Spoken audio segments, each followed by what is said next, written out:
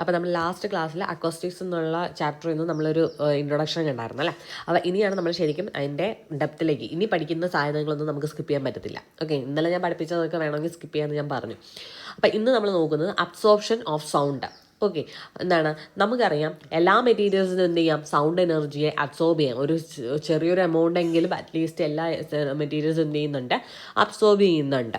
So the degree of absorption depends on many factors. അപ്പോൾ എന്തുമാത്രം absorb ചെയ്യുന്നു അത് എന്തൊക്കെ ഒരുപാട് ഫാക്ടേഴ്സിനെ ഡിപ്പെൻഡ് ചെയ്യുന്നുണ്ട്. ഓക്കെ, നമ്മുടെ ഒരു ഓപ്പൺ വിൻഡോ അതെന്ന് പറയുന്നത് എന്താണ്, ഒരു സൗണ്ടിൻ്റെ പെർഫെക്റ്റ് അബ്സോർബർ ആണ്. ഓക്കെ, ഒരു open window is a perfect absorber of sound.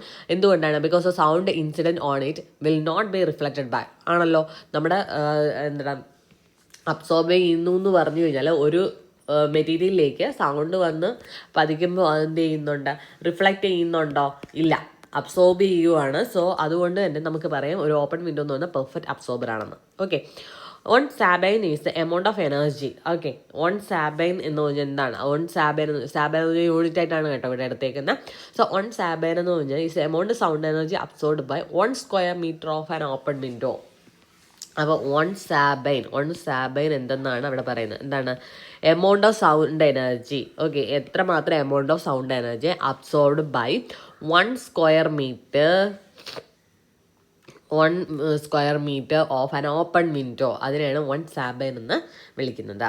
ഇനി എന്താണ് അബ്സോർപ്ഷൻ കോയിഫിഷ്യൻ്റ് എന്ന് നോക്കാം. Okay, absorption coefficient of sound അതിന് നമ്മൾ ഡിനോട്ട് ചെയ്യുന്നത് ആൽഫ എന്നാണ്. It is defined as the ratio of amount of sound energy absorb by the surface to the amount of sound energy incident on the surface. Okay, നമ്മുടെ ഒരു സർഫസിൽ വന്ന് വീഴുന്ന sound എനർജിയുടെ എന്ന് പറയുന്നത് E1 ആയിരിക്കാം. ആൻഡ് അതിൽ അബ്സോർബ് ചെയ്യുന്ന എമൗണ്ട് എന്ന് പറഞ്ഞാൽ E2 ആയിരിക്കാം. ഒരു സെർട്ടൺ എമൗണ്ട് വരെ എന്ത് ചെയ്യത്തുള്ളൂ, അബ്സോർബ് ചെയ്യുള്ളൂ എന്നാണ് പറഞ്ഞത് ആണല്ലോ. അപ്പം ഇതിൻ്റെ രണ്ടിൻ്റെയും റേഷ്യോ, അതായത് E2 by E1 എന്തുമാത്രം അവിടെ സൗണ്ട് എനർജി അബ്സോർബ് ചെയ്തു ഡിവൈഡഡ് ബൈ എന്തുമാത്രം ഇൻസിഡൻറ്റ് ചെയ്തു ആ സർഫസിൽ, അതാണ് ആൽഫ എന്ന് പറഞ്ഞത്, അബ്സോർപ്ഷൻ കോയിഫിഷ്യൻ്റ്. ഓക്കെ, നമ്മൾ പറഞ്ഞു ഓപ്പൺ വിൻഡോ എന്ന് പറഞ്ഞു ഒരു പെർഫെക്റ്റ് അബ്സോർബറാന്ന് പറഞ്ഞു.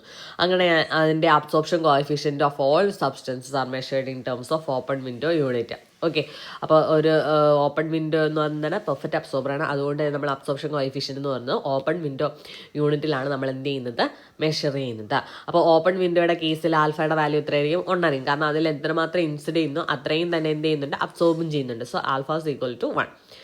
ആൻഡ് അബ്സോർപ്ഷൻ കോയിഫിഷ്യൻ്റ് എന്ന് പറയുന്നത് എന്താണ്, നമ്മൾ പറഞ്ഞു എന്താണ്, ഓപ്പൺ വിൻഡോ യൂണിറ്റിൽ അല്ലെങ്കിൽ മെട്രിക് സാബൈനിലാണ് നമ്മൾ എന്ത് ചെയ്യുന്നത്, എക്സ്പ്രസ് ചെയ്യുന്നതെന്ന് പറഞ്ഞു. ഇനി ടോട്ടൽ അബ്സോർപ്ഷൻ കണ്ടുപിടിക്കാൻ നമുക്കൊരു ഇക്വേഷൻ ഉണ്ട്, എന്താണ്, sum of alpha i si, അതായത് alpha 1 S1 plus alpha 2 S2 plus alpha n Sn ആണല്ലോ.